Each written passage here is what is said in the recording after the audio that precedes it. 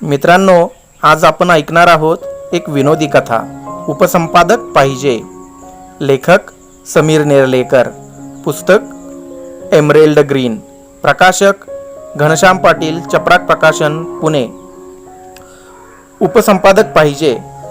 लिवा. सुभानरावांनी आपल्या कडक आवाजात आदेश दिला आणि मुद्रित शोधक भोपळे एका कागदावर जाहिरातीचा मजकूर लिहून घेऊ लागला. लिवा पटापटा. दैनिकाच्या दैनंदिन कामाचा अनुभव हवा. अनुभव नव्हे साहेब, अनुभव. भोपळ्यांनी आपल्या नाकावरचा जाड भिंगाचा चष्मा मागे ढकलत सुभानरावांची चूक सुधारण्याचा एक निष्फळ प्रयत्न केला. सुभानरावांनी आवाज आणखी वाढवला. तेच ते अनुभव असलेला अनुभवी संपादक पाहिजे. पगाराबरोबरच राहण्याची आणि जेवणाची सोय केली जाईल. अर्ज घेऊन स्वतः समक्ष यावे. दैनिक गडगडाट. संपादक सुभानराव हनुमंतराव जाधव, आदर्श नगर. सुभानरावाच्या उच्चाराप्रमाणे भोपळे जाहिरातीचा मजकूर कागदावर उतरून घेत होते आणि ही जाहिरात आजच्या आज पहिल्या पानावर फ्रंट पेजला छापा. संपादक सुभानराव हनुमंतराव जाधव हे नाव चांगल्या बोल्ड टायपात घ्या.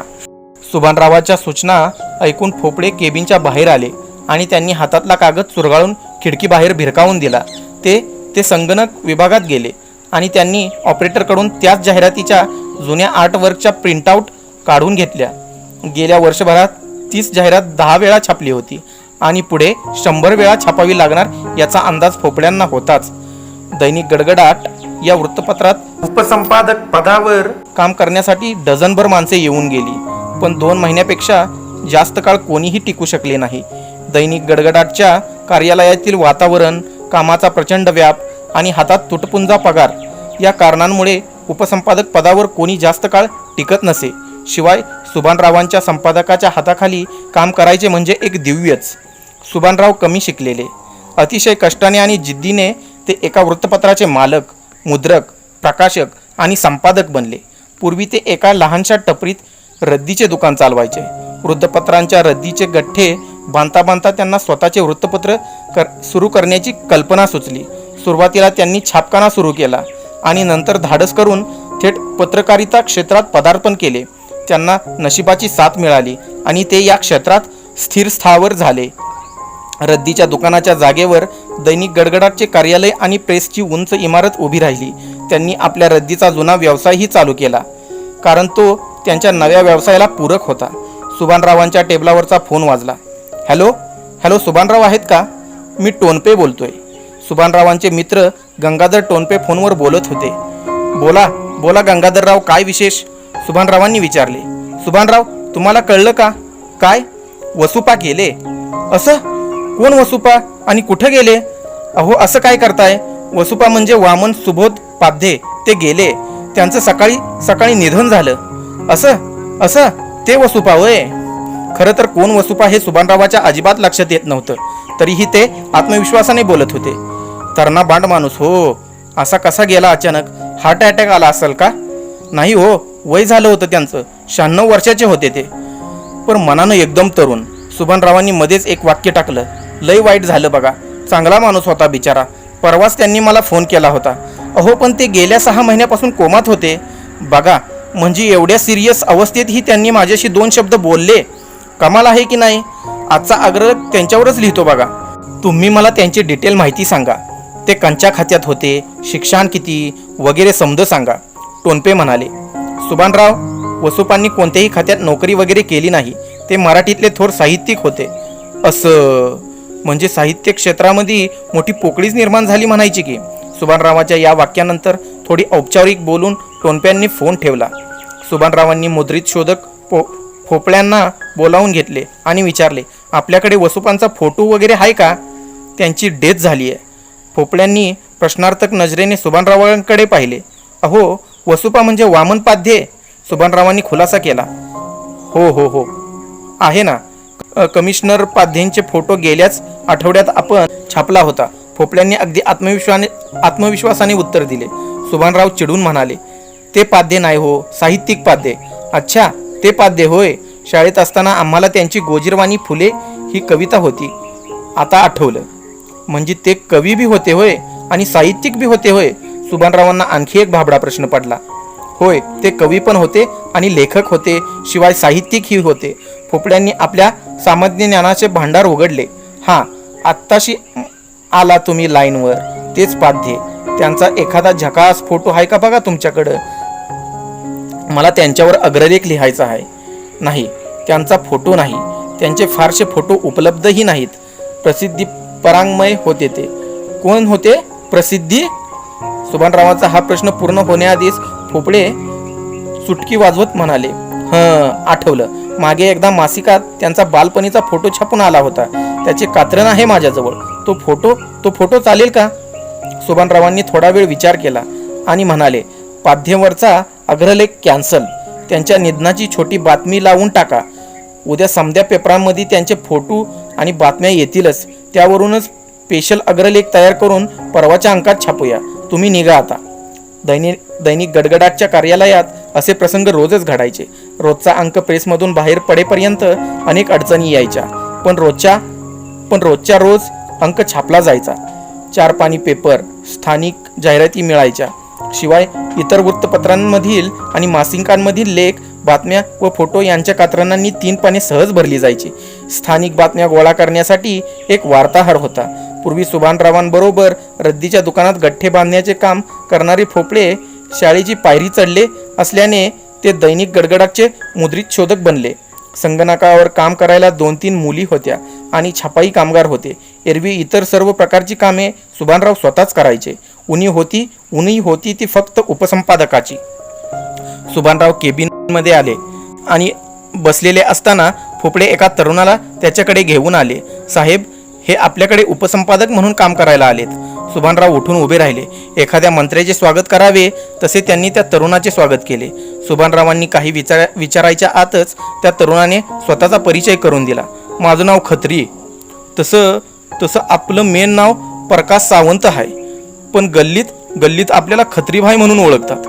किमान महिनाभर तरी धुतली नसावी इतकी मळकट जीन्स पॅन्ट, सर्व प्रकारची फुले असलेला एक ढगळा शर्ट, शर्टाची वरची बटणे उघडी, शर्टाच्या आत भडक रंगाची जाळीदार बनियन, मानेभोवती रुमाल गुंडाळलेला, तोंडात गुटखा आणि अनेक अनावश्यक हालचाली करीत खत्री बोलत होता. पूर्वी कुठं काम केलंय? सुभानरावांनी विचारलं. 4 महिने रफिकच्या गॅरेजवर होतो. नंतर काही महिने पक्याच्या गॅरेजवर काम केलं. तुम्हाला सांगू का साहेब, आपण हे ना लय भारी मेकॅनिक आहे, पण त्या कामात दम नाही. आता जर्नलायझिंगच्या कामात आपल्याला लय इंटरेस्ट आहे. जर्नलायझिंग नाही रे, जनरलायझम. सुभानरावांनी खात्रीची चूक सुधारली. जर्नलायझम नव्हे साहेब, जर्नलिझम. भोपळ्यांनी आणखी एक शुद्धीपत्र जोडले. पत्रकारितेचे पोस्टमॉर्टम बराच वेळ चालले. जर्नलिझम या शब्दावर गाडी अडून बसली होती. ते काय बी असेल, पुढं बोला. सुभानरावांनी लगेच वाट मोकळी करून दिली. तुमच्या पेपरात काम करण्याचा चान्स भेटला तर बरं होईल.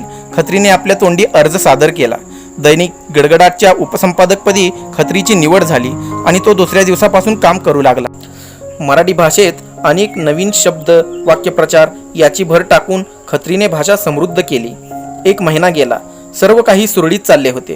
पण एके दिवशी खत्री रागातच सुभानरावांच्या केबिनमध्ये शिरला आणि म्हणाला, साहेब, आपलं टाळकं लय गरम आहे. त्या तुमच्या फोपड्याला एकदा बत्ती द्या.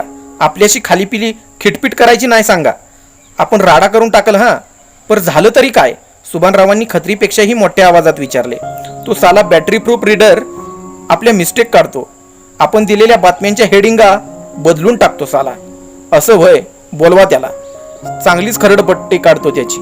सुभानरावांनी खत्रीला गोंजारण्याचा प्रयत्न केला. पर आपल्याला ही रोजची किटकिटच नाही पाहिजे. या छटमछाट जॉबमुळं डोक्याची मंडई झाली. लय बोर झालंय. कशाला पाहिजे फुकटचं टेन्शन?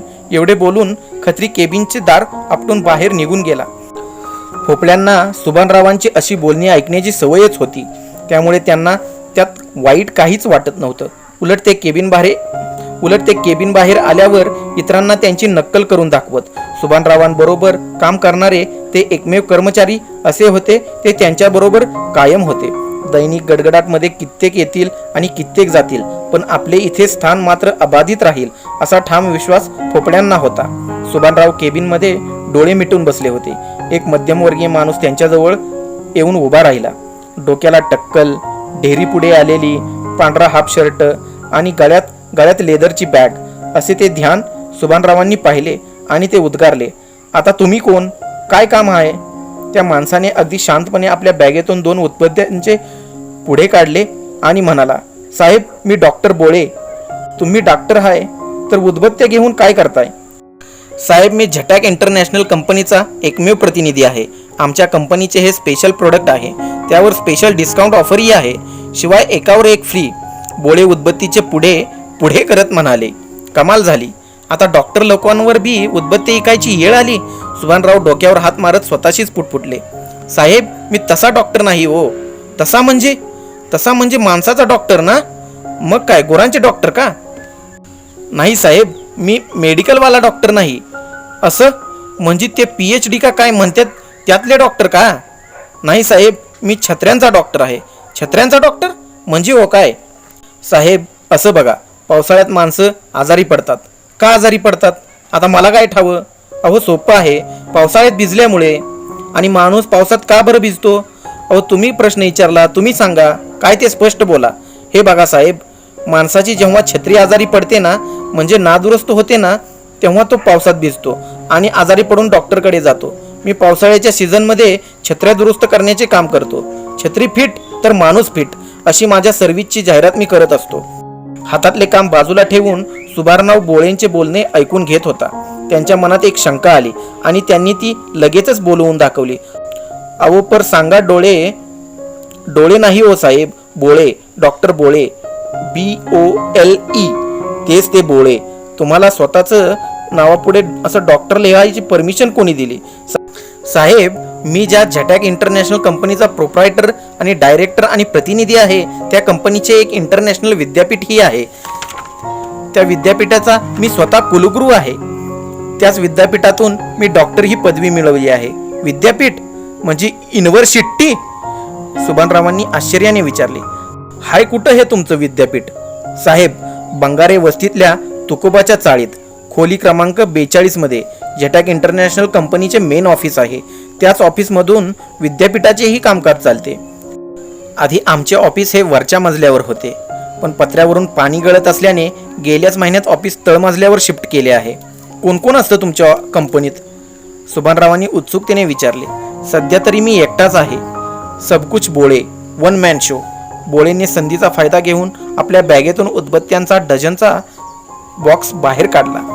काय मग साहेब, 1 डझन देऊ का? काय उदबत्त्या? अहो ठेवा त्या उदबत्त्या तुमच्याकडंच. नको आमासनी, इथं लय कामकाज पडलंय, आम्हाला डोकं भनभनलंय. सुभानराव वैतागून म्हणाले, साहेब तुमच्या डोकेदुखीवर एक रामबाण उपाय आहे माझ्याजवळ. हा झटॅक बॅम घ्या. सर्दी, पडसे, डोकेदुखी, अंगदुखी यावर रामबाण इलाज. झटॅक बाम. हा बाम म्हणजे नुसता बाम नसून मल्टीपर्पज बाम आहे. तो वेदनाशामक तर आहेच, शिवाय त्याचा डिंक म्हणूनही वापर तुम्ही करू शकता. आणि चुकून झाकण उघडे ठेवले तर भिंतीत पडलेल्या चिरा भरण्यासाठीही याचा उपयोग होऊ शकतो. फक्त एकदा वापर करून पहा, 100% प्रभावी. झटॅक बॅम फक्त 10 रुपयात. बोळेंनी आपल्या बॅगेतून बामची बाटली बाहेर काढून सुभानरावांसमोर ठेवली. अहो आमासनी नको असला बाम फाम. अहो हा झटॅक पेन तरी ट्राय करा. बोळे आपल्या हातातले पेन दाखवत म्हणाले, हे साधं सुद्धा पेन नाहीये. हे बघा, हे असं धरलं की बॉल पेन, पण आडवं धरलं की लगेच फाउंटन पेन. हे बघा झालं असं. आणि उलट्या बाजूने बघितलं तर हा खटका दाबला की ह्यातून हे पेन्सिलचं टोक बाहेर येतं. आणि हे फक्त 10 रुपयांमध्ये. बोळे पिच्छा सोडायला तयार नव्हता. सुभानराव अगदी मख्खपणाने बोळेंच्या चेहऱ्याकडे बघत होते. अचानक त्यांना कसला तरी साक्षात्कार झाला आणि ते वेगळ्याच नजरेने बोळेंकडे पाहू लागले. बद्ध, मुमुक्षु अशा अवस्था पार करत साधकाच्या अवस्थेत पोहोचलेल्या एखाद्या योग्याला ज्याप्रमाणे जळी, स्थळी, काष्टी, पाषाणी ईश्वराचे अस्तित्व दिसू लागते, तसेच अगदी त्याचप्रमाणे सुभानरावांना प्रत्येक व्यक्तीमध्ये दडलेला उपसंपादकत्वाचा अंश अगदी चटकन दिसून यायचा. अगदी बोळेंच्या एकंदर व्यक्तिमत्वांवर वरपासून खालपर्यंत नजर फिरवली आणि थेट यक्षप्रश्न विचारण्यासाठी तोंड उघडले. हे पहा, डोळे नाही हो साहेब, बोळे. हा तेच ते. तुम्ही आमच्या पेपरात उपसंपादक म्हणून काम कराल का? म्हणजे मला असं वाटलं की तुम्हाला ते सगळं जमल, ते काम जमल. मी स्पेशल ट्रेनिंग देईल तुम्हाला. बोला, काय म्हणता? सुभानरावाच्या अनपेक्षित प्रश्नामुळे बोळे बुचकाळल्यासारखा करायला लागला. त्यानं थोडा वेळ विचार केला आणि म्हणाला, नाही साहेब, माझी स्वतःची एवढी मोठी कंपनी असताना मी एका छोट्या वृत्तपत्रात नोकरी कशासाठी करू? साहेब, मलाही स्टेटस आहे. बंगारे वस्तीत तुम्ही डॉक्टर बोळे हे नाव कुणालाही विचारला, तुम्हाला लगेच कळेल मी किती प्रसिद्ध आहे. माझा पूर्ण परिचय मी तुम्हाला अजून दिलेलाच नाही. मी एक उत्तम अभिनेताही आहे. गणेशोत्सवात मी एकपात्री प्रयोग करतो. मी लेखक तर आहेच, शिवाय मी ज्योतिषीही आहे. इतर ज्योतिषी जशी कुंडली किंवा हात पाहून भविष्य सांगतात, मी तर लोकांचे केस पाहूनही भविष्य सांगतो. मी गायक आहे. पुढे मागे स्वतःचेच दैनिक सुरू करण्याचा माझा विचार आहे. तेव्हा तुमच्याकडे नोकरी कदापि शक्य नाही. बोळे केबिनमधून बाहेर निघून गेला. सुभानरावांनी भोपळ्यांना बोलावून घेतले आणि रस्त्यापर्यंत ऐकू जाईल एवढ्या आवाजात मोठ्याने ते ओरडले, भोपळे, आजच्या आज आपल्या बिल्डिंगच्या दारात बोर्ड लावा. सेल्समॅन आणि विक्रेते यांना प्रवेश नाही. तेवढ्यात भोपळे धावत आले. सुभानराव त्यांच्यावर गरजले, हे समज तुमच्यामुळे झालं बघा. तुम्ही उगाच शुद्ध लेखनाच्या चुका काढता आणि चांगली माणसं काम सोडून निघून जातात बघा. भोपळे निमूटपणे सुभानरावांची बोलणी ऐकून घेत होता. मी आत येऊ शकते का? अतिशय गोड आवाजातले हे वाक्य ऐकून सुभानरावांचा आवाज बंद झाला. एक सुंदर तरुणी त्यांच्यासमोर उभी होती. 2 वेण्या, गोल चष्मा, नायलॉनची साडी, चेहऱ्यावर प्रमाणापेक्षा जास्त पावडर फासलेली आणि ओठांवर भडक लिपस्टिक. नमस्कार करते हां, मी कुमारी सरला फुलसुंदर. मानेला झटके देत अतिशय लाडिकपणे ती बोलत होती. मी तुमच्या वृत्तपत्रातील उपसंपादकाची जाहिरात मागे एकदा वाचली होती. मला त्या पदावर काम करण्याची अगदी मनापासून इच्छा आहे. मी एक कवयित्री आहे. चिमणीची चोच हा माझा चारोळ्या संग्रह प्रकाशित झालाय. मी एका शाळेत शिक्षिका होती. सुभानरावांनी सरलाला काही न विचारता थेट कामावर रुजू होण्यास सांगितले आणि तिच्या कामात अजिबात ढवळाढवळ करायची नाही अशी सक्त ताकीद भोपळ्यांना दिली. गाडी पुन्हा रुळावर आली. सुभानरावांची चिंताच मिटली. सरलाने दैनिक गडगडाटचे स्वरूपच पालटून टाकले. बातम्यांच्या शीर्षकांना काव्यमयी झालर चढू लागली. सुभानरावांच्या अग्रलेखांनाही वाङ्मयी वळण लागले. सर्वात मुख्य म्हणजे सुभानरावांच्या टेबलावरील फुलदाणीत दररोज टवटवीत फुले सजू लागली. सगळे काही व्यवस्थित चालू होते आणि एके दिवशी दैनिक गडगडाटच्या प्रेसमधल्या मशीनची खाडखूड थांबली होती. कार्यालयात ही शांतता होती. गडगडाटच्या ताज्या अंकाची एक प्रत घेऊन सुभानराव कार्यालयात आले. मध्यरात्र उलटून गेली होती.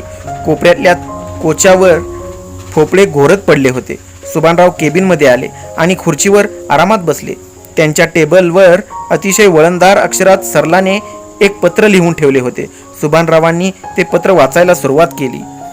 परमप्रिय संपादकजी सुभानराव हनुमंतराव जाधव यासी पूजनीय प्रणाम. माझ्या ओघळत्या नयनाश्रूंनी मी हे आपणास भावपूर्ण आदरांजली वाहून आपल्या कामाचा निरोप घेत आहे.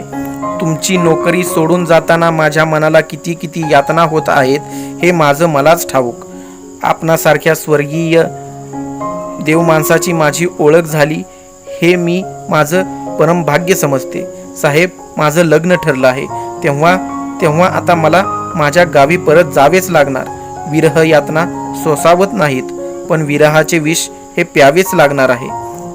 जीवन है अगर जहर तो पीना ही पडेगा.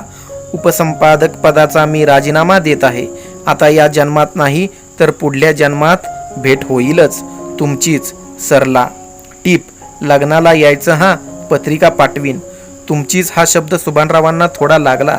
रद्दीचे आणि वर्तमानपत्राचे अवजड गठ्ठे उचलण्याची सवय असलेल्या त्यांच्या हाताला त्या पत्राच्या कागदाचा भार सोसवेना.